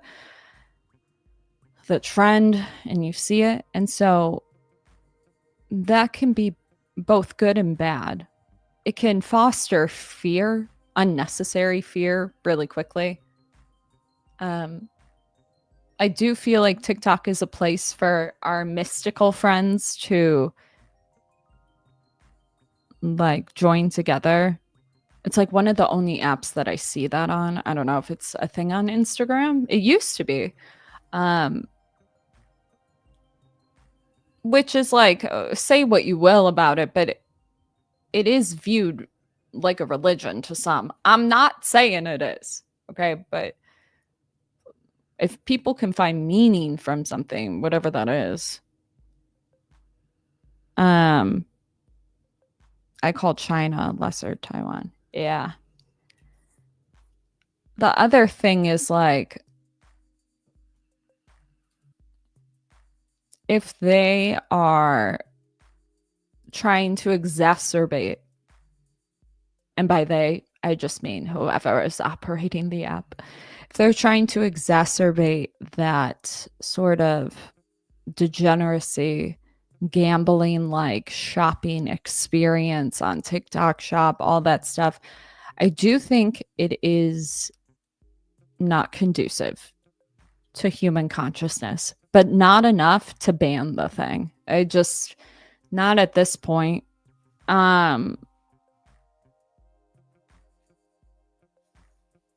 Is TikTok really a place where people are going to doom scroll? Yeah, they do. I think getting people tools on how to stop doom scrolling. TikTok's another place too where people will like be like,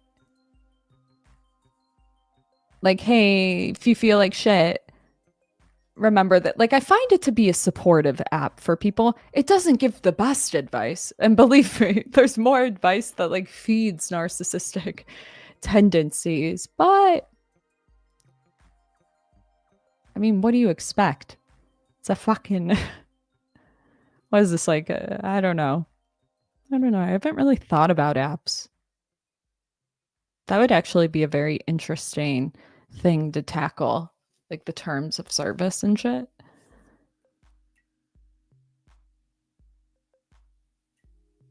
To me, I see it as another funneling app that's going to get overridden by fucking political talking heads on some level. They're actually, come to think of it, that's actually a good point. That I think it really fueled the hysteria around the election really negatively to like vulnerable individuals. And I think that was pretty evident. I just want to hug you and be like, you're fine. The media is lying to you. I love you. Okay.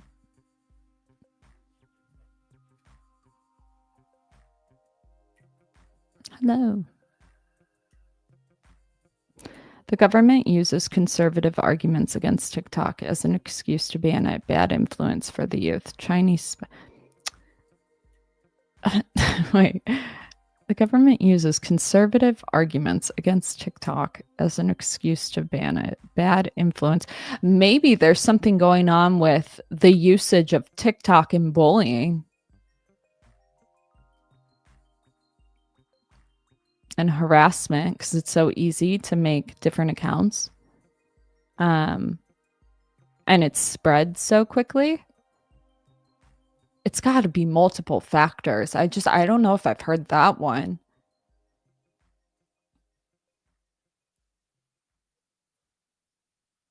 It's not like Snapchat, though, where things delete.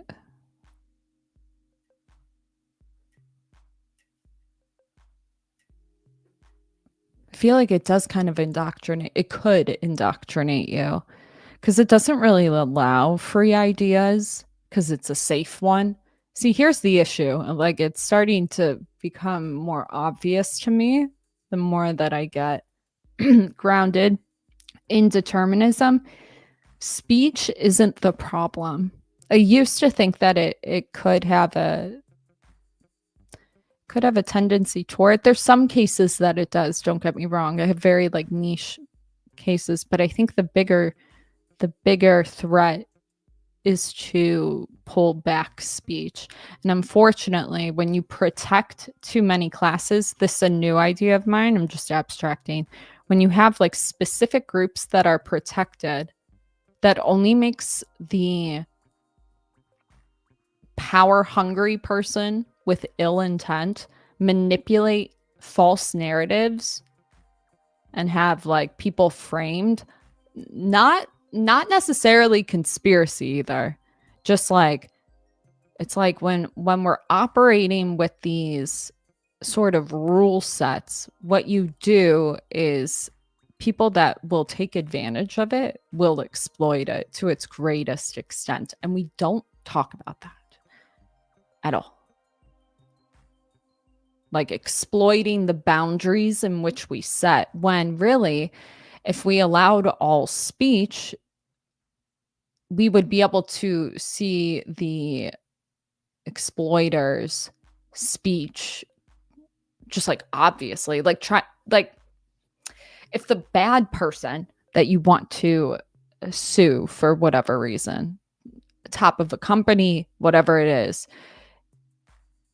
if it's like you can't even make certain statements about somebody, how are you ever going to prove them?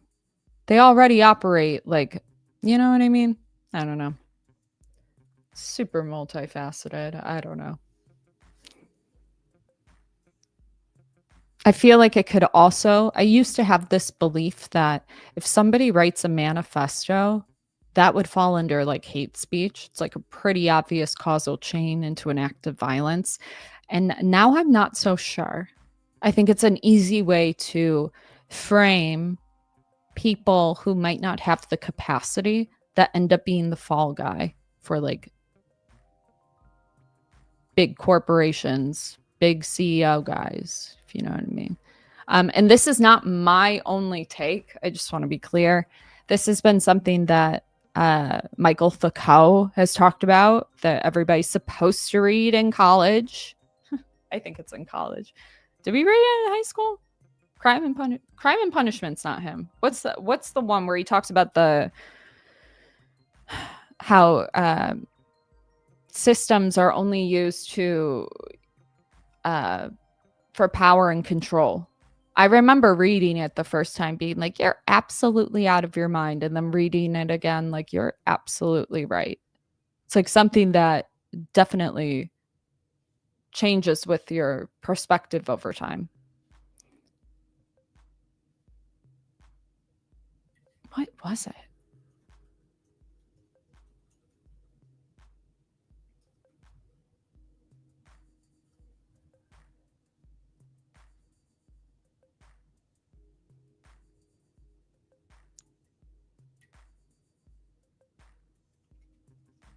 Can I just get like the list?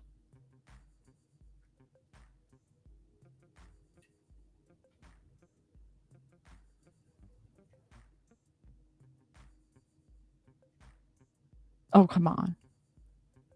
The will, the knowledge? No. That's going to bother me. It's so obvious. It's on the tip of my tongue. I don't like it. It's not power. Discipline and punish. Duh. That would have bothered me. Okay.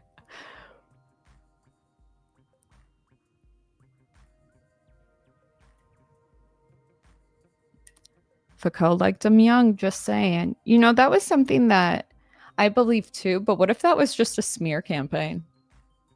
I don't know. Some of the people that I've drawn conclusions on, I've been like walking it back, and he was one. I was like, I wonder if he really was this way.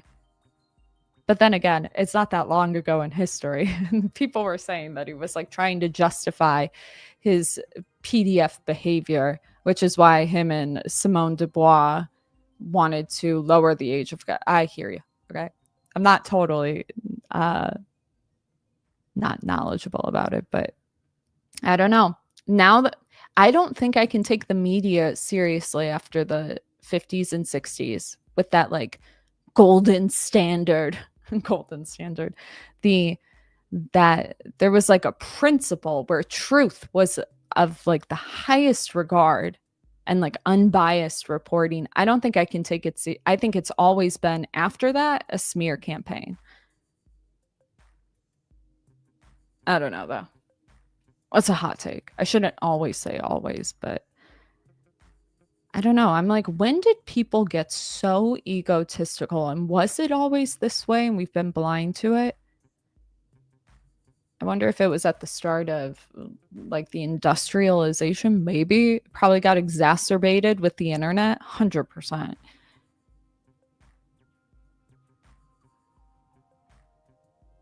I mean, the cyberbullying, cyber stuff is where it gets wild because of the anonymity. Before, you had to like talk some shit. Okay? You couldn't make a fall guy do that. You had to do it. Now you can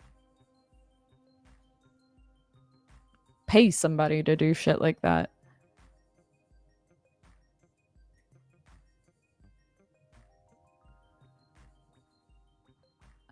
All stereotypes of smear campaigns, but that doesn't mean it's not. I'm not saying that it's not necessarily true. I'm sure there's half truths to it, but I don't know. I don't know. When I see a smear campaign, I'm just like, I wonder what they know. AKA the person they tried to smear. I'm like, they know some shit. Nick Fuentes. Nick Fuentes knew some shit. I'm confident. Okay.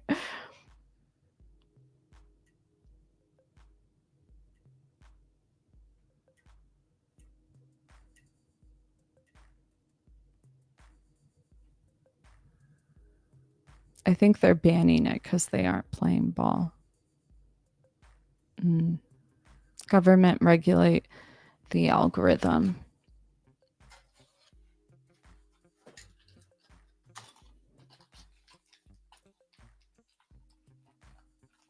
wonder what they're gonna do with that. Didn't they want to redo like education or something? Did they ever say what they? Sorry, guys. After the fucking election was over, I was like, I'm big. Opened my eyes to so many things, but I haven't gone back. I should look. Torshaa, I 100% agree about the protected class. I probably shouldn't have put that. This is that biotine lozenge. Protected class thing. It's just about power. I feel like it's just about power. I feel like it exacerbates it more too. But that might just be me projecting all of my power as a woman. Okay. I don't know. I can see the usefulness in it for like people that don't have recourse per se, but I feel like it makes you more of a target. I don't know. They're fucking relentless, dude. And I'm talking about the people that are the bad people, like the people in charge, arguably. Also, as somebody who owns a company, I'm not talking about myself, hypothetically, even though I did. But like, when you're dealing with a bunch of different people's egos, like, couldn't that be weaponized against the man in the higher up position too? And I know, fuck that guy, but I don't know. Anytime there's like,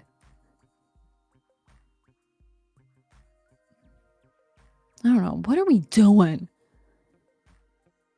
What are we doing?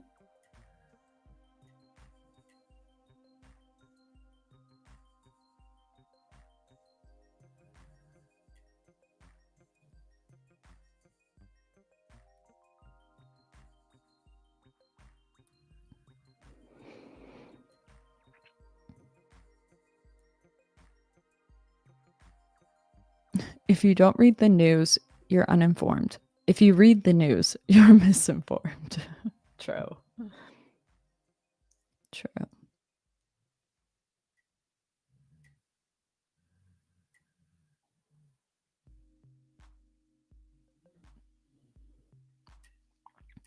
Management of ego is underrated stress. Yeah. Yeah, I remember the women I worked with and the men. They were a lot older than me. I was like one of the youngest bartenders when I started, like downtown. They'd be like, oh, they just have their ego in the way. I was in a black hole, so I just like wasn't aware. Oh, what does that mean? Ego. I was like 21.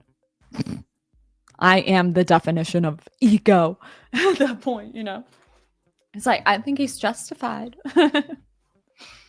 But now, when you get older and you see, anytime you try to bring something to somebody who's manager higher than you or something, and their immediate response is like a clutch pearl, you're dealing with the ego. And if they're more demonic, which bad word, but like there's some that operate without telling you, that don't have the clutching pearl reaction necessarily, but they get deeply angry about it. And it's like, you're proving my point. Or she. Okay, went both ways, honestly. Can I talk to your supervisor? I'll look them up. Yeah, I think a lot of people are waking up to this stuff though, which is good. So there's that to look forward to. If anybody could get a hold of our capitalists, okay? We gotta propose some ideas to incentivize them to stop fucking up the fucking planet. Thank you. Save the trees and turtles because they're us. Thank you so much. Okay. I'm not trying to get rid of your capitalism. All I'm asking is help the turtles. And if you can't do that, I'm going to overthrow your whole company and take over because obviously you're incapable. Obviously, you're lacking capacity from all the toxic fumes you're ingesting. Don't worry, I'll take over. You're unwell.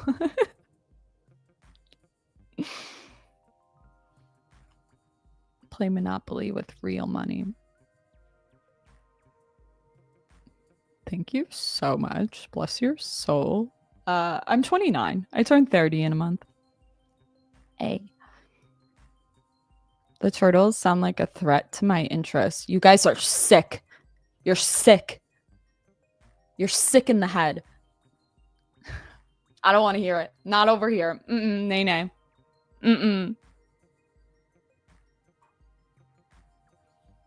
We saved the turtles. Okay. Don't fuck me up. Don't give me a fucking hard... Not today. I know I'm the one that has to control my anger, but don't do it. Don't push me to it. We are all connected, and everything that goes wrong... I can't say that. Everything in my world that... No, that's not it either.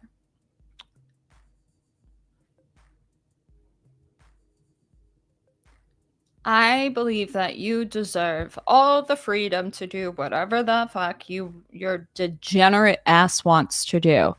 But I'm gonna make sure you're breathing in at least decent air. And I'm gonna be a little conspiratorial about it, okay? Can't spell it without Torrie. Our sperm counts are low. We're not regenerating.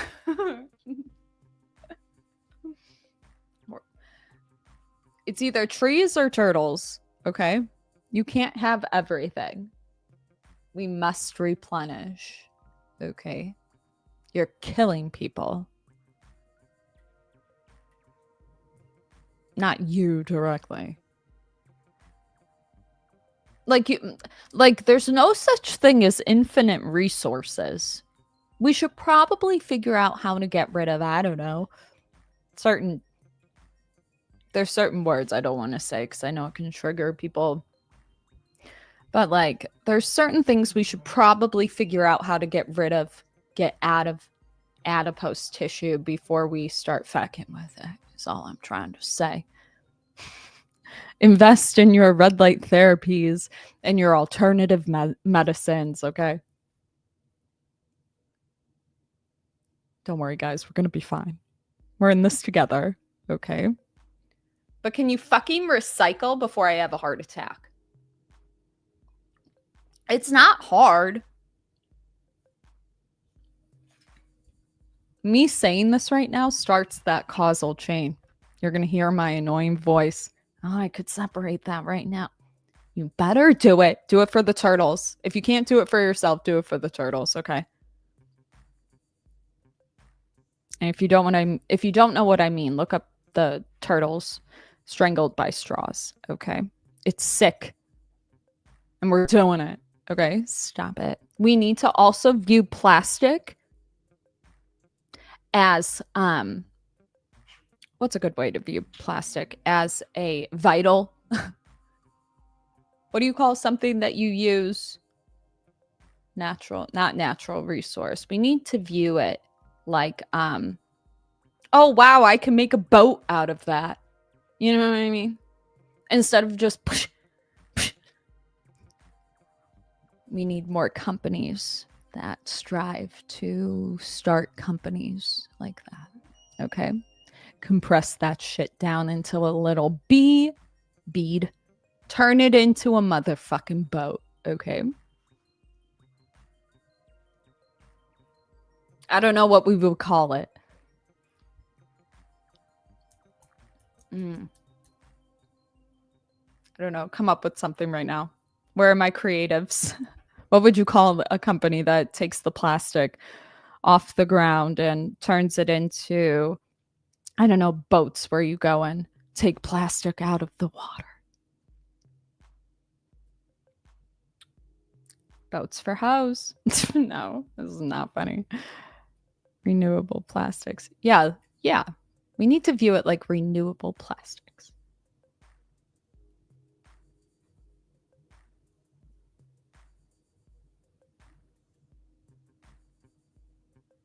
Huge Janice.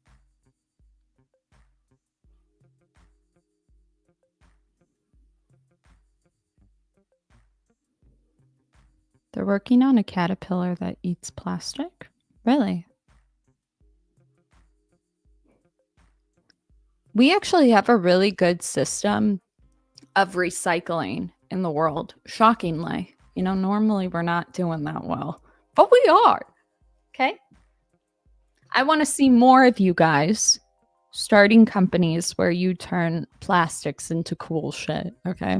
What happened to the guys that created like the ocean shoes? You guys remember that? I like that shit. Do it. Okay. I think we're going to see more stuff that focuses on like renewable energy. We've been seeing a shift in more, what do you call it? What do you call it? Same thing, like recyclable packaging. You know, it used to be all about the glass packaging that would be, or glass or plastic that would be painted a certain color with certain types of inks on stickers that you had to remove and put into these certain bags before you recycled it. It was like bullshit. And people have been opting for paper. You know what we have to do? We have to get rid of plastics in McDonald's. Okay. If the Netherlands can do it, why the fuck can't we? Why the fuck can't we? Save a turtle, save a life. I don't know if you're into film or marketing, coming up with some way to get people to want to do that stuff. I mean, the turtle thing was crazy. I remember bartending in the city and they got rid of plastic straws. And it was like owners went downstairs when it went viral and they were like, all right, we're getting rid of plastic straws. We got reusable cups and paper straws or whatever. And our back of the house guys, love them. We're working crazy with the reusable glassware, plastic, whatever. Okay. Do some viral shit. You got the nightclubs back in ya. I lived in Wicker Park for a minute and they were really big on no plastic. We can do it. We can do it. Okay, it sucks to drink a cold beverage in something other than a cup, but okay. Imagine the energy levels we will have when we stop producing shit like that. Is that conspiratorial? I don't know. Okay, I'm gonna go. I got wings. I'm hungry. Okay. I love all of you. We're all connected. Be nice. Recycle. Open a window. Okay, clean your fucking room with love. Wash your hands. And stop doing shit on ego. Okay? Keep your ego in check. I love you. Like the video. Okay, bye.